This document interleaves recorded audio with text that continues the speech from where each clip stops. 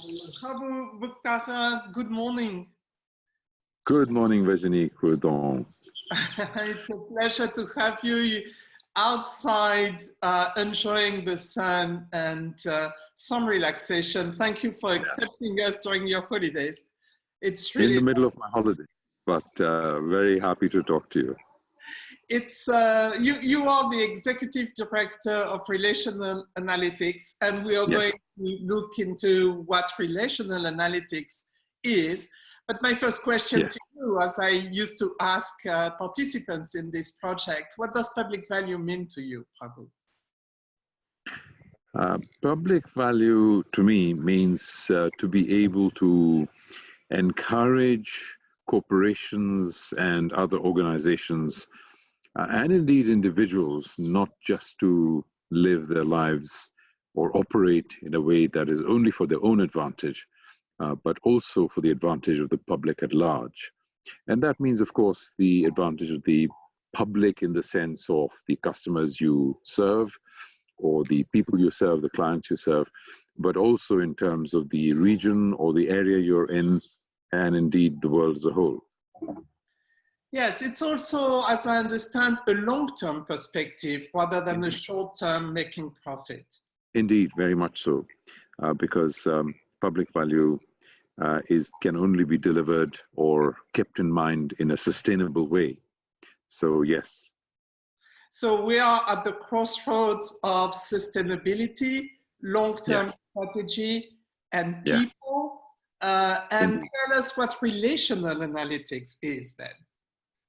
Relational analytics is essentially simply a way of measuring relationships. There are 5 key dimensions of any relationship, whether that is between individuals or between an individual and an organization, or between different organizations, or indeed between an organization and its stakeholders. So in each of these cases, there are relationships. And the interesting thing is that it doesn't matter what kind of relationship it is, there are 5 essential dimensions of any relationship, and relational analytics is a way of measuring them, because you cannot improve something in any systematic way if you cannot measure it. So that's really what this enables you to do. So it's about putting people at the center of any strategy. Well, it's really putting relationships at the center of any strategy. It can be, of course, relationships between people with people, but it can also be relationships between organizations. So, for example, if your organization has a relationship as an organization with the United Nations, or with your Chamber of Commerce, or with another supplier company, then this is not merely a matter of your personal relationship with the Secretary General of the United Nations, or your personal relationship with the head of the Chamber of Commerce, or your supplier organization, or your customer organization. It's also a matter of the organizational connection, which means the role that the organizations are playing with each other. Are you a member organization? Are you a customer? Are you a regulator? Are you an investor? Organization, I mean, not just individual. And the role that you play, of course, influences the relationship, not just the persons involved, but the organizational role involved. So keeping all those things in mind, the relational analytics enables you to measure the relationship and therefore to improve it. Right, I understand that you are giving, or you are describing, a word in motion. Yes, the relationships are always in motion and very far away from a static business plan with just figures. Is that right? Yes, yes. So we argue that while figures will give you the financial health report, the financial health report is like the backward-facing mirror in your car. It tells you what happened in the past. Yeah. But it doesn't tell you what is happening right now, because what is happening right now you can see through the front screen window and maybe through the side windows a little bit, because cars may be coming up to you or going away from you. So your current situation and your future situation, your financial report will not tell you.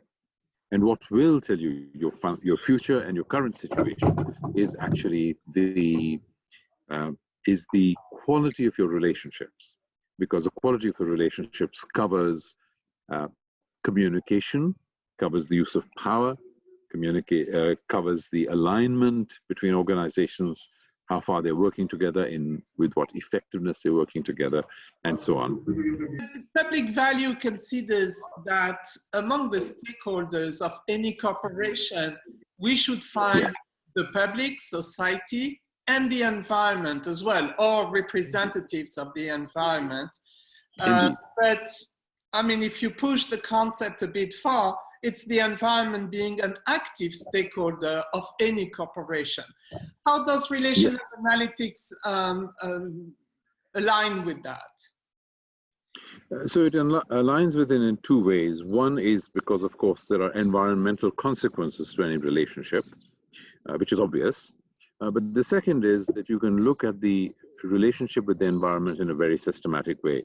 For example, you have a relationship with a community that you're in. For example, if you're a mining company, there's a very direct environmental impact that your mining operations will have on the environment. And you can, of course, do the CO2 measurements or whatever abstract things like that if you want, which people do, and which is very essential and very good. But you can also take the whole of the community into account. And the community, if you measure the relationship between your organization, your mining company, and your community, you will get insights through your communication with them, which you will not get simply by measuring CO2 emissions or whatever other chemical effects you're looking at. So the involvement of the organizational involvement of the community, or the organizational involvement with the regulators, or the organizational involvement of the government, are aspects which would bring in the environmental considerations very directly into focus, not just indirectly into focus. Right, it will bring in the impact and a respect of the impact, positive and negative impact that any corporation can have. Yes. Yes, and therefore impact again on their own communication and behavior. Indeed so. Unfortunately, a lot of companies think of communication only as a one-way thing. I'm trying to tell my story. I'm trying to sell my side of the argument. And they don't think of communication as a two-way thing. And so communication becomes very manipulative and sometimes even becomes fake news, or as it's sometimes called, greenwash. But if you think of communication as a two-way thing, I'm, of course, presenting my side of the story, you're presenting your side of the story. It's a dialogue, and in this dialogue, what matters is the quality of the relationship, and it impacts the relationship. Then you can systematically look at how frequently we are in touch, for how long we are in touch, how we feel that the power in the relationship is being managed, whether it's being managed in a way which supports the relationship, subverts or undermines the relationship, enriches the relationship, enables the relationship to be a forward-looking and forward-going one in such a way that we're all making progress together, or what? And it's that wider sense of communication, it's that wider sense of relationships, when that is measured and supported and nourished and taken forward, that it makes the most strong impact, whether environmentally or in terms of your bottom line. Yeah, that's interesting. Can you tell us how many are these corporations thinking in these terms? I keep mentioning the UN Global Compact measurement that says that less than 10%. Yeah, it seems to me, Virginia, you can look at it two ways. You can look at it and say, well, maybe 10% of the most apparently socially most responsible companies are actually active in a way that makes a real difference. That would be possibly true. But you must remember that 10 years ago or 20 years ago, the number was much smaller. Yes. So you have to look at the trend, and you have to see that the trend is growing, and the trend is actually growing very fast. Yes. If you look at the last elections, political elections in the UK, you see that the Green Party, not my party, by the way, but the Green Party was actually one of the biggest winners against the major parties. Yes, all over Europe. The Conservative Party lost, the Labour Party lost support. The Liberal Democrats and the Greens are the two parties that won a huge advantage in these elections. Of course, you could argue this is for all kinds of reasons. Yes, it is for all kinds of reasons. But one reason is certainly that people are much more conscious of green things. And companies have to take that into account, because if they don't, their customers will move on and you will be left behind. Is it a generational thing, Prabhu? I'm not sure that it's a generational thing. I'm sure generational factors come into play, but I'm not sure that it's a generational thing. For example, in my own family, it's the older generation that were the most conscious about it. My generation inherited that consciousness from the older generation, and the children inherited it from us. In other cases, I'm sure it's the other way around. Young people go to school, learn about things, become environmentally conscious, share it with their parents, and almost insist, almost complain if the parents are not participating in it. So I'm sure it happens both ways. And I think it's more a question of whether individuals, families, organizations, and companies are prepared to pay the short-term cost of the long-term advantage to themselves and to everybody else. It really boils down to whether you're willing to pay the cost, short-term cost of that long-term advantage. And sadly, not every company is, because many companies are driven too much by short-term pressures, even if it's to their own long-term disadvantage. Yes, there is literature in your website. On your website, absolutely, we're going to link to it. But I mean, in your field as well, and it's actually a relational lens that you suggest to put on glasses. Yes, it's really a different mindset. It is a different mindset, and the difference in the mindset is usually people have just one eyeglass on, and that's finance. And they look at everything finance, finance, finance, and they look at everything this quarter, next quarter, this year maximum. And some people are even looking this week, this month. And what we are saying is you need to have two lenses. Of course, you need to have your finance lens. Any business has to survive financially.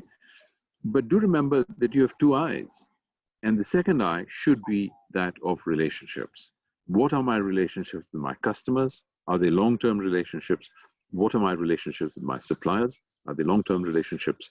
Investors, my employees, and my community. And that includes, of course, the government, that includes the regulators, and so on. So you have to have a holistic view of all your relationships, or if you like, all your stakeholders.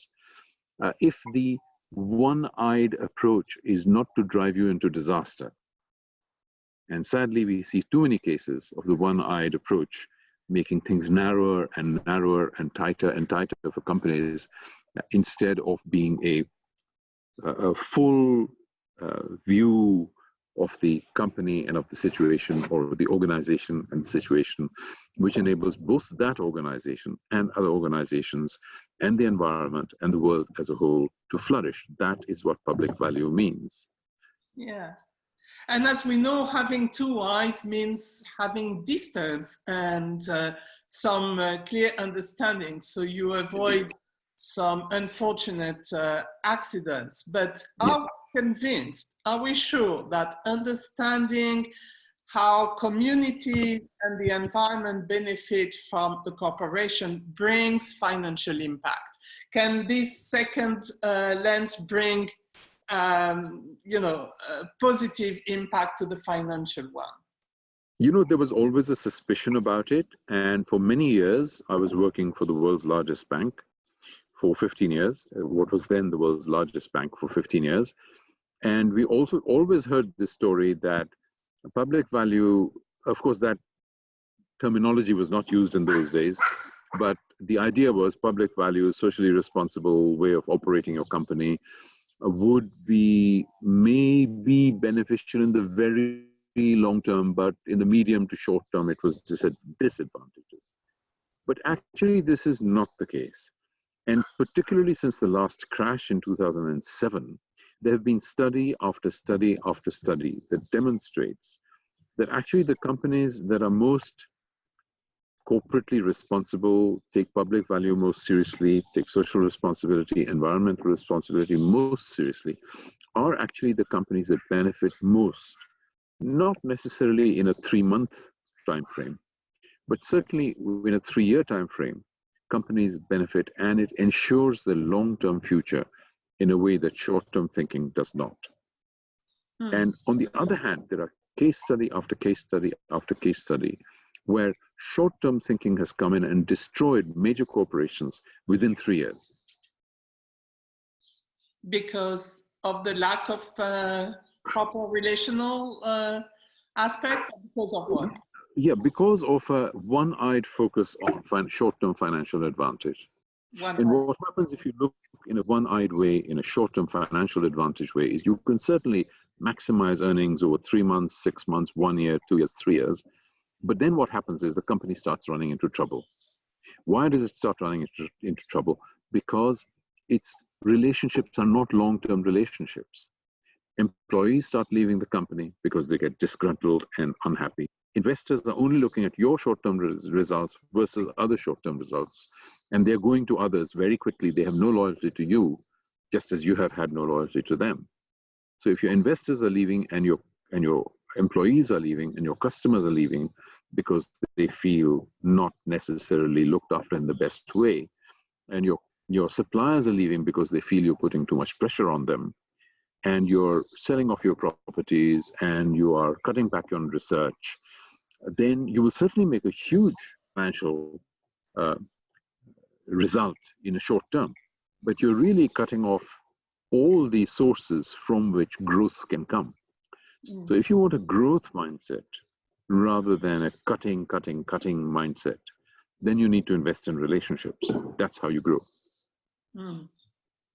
Excellent. Thank you so much. That's really a 360 degree views for CEOs. Thank you. Prabhu, thank you so much for this conversation. It's a pleasure to go deeper into what relational analytics is. Thank you very much, Virginie.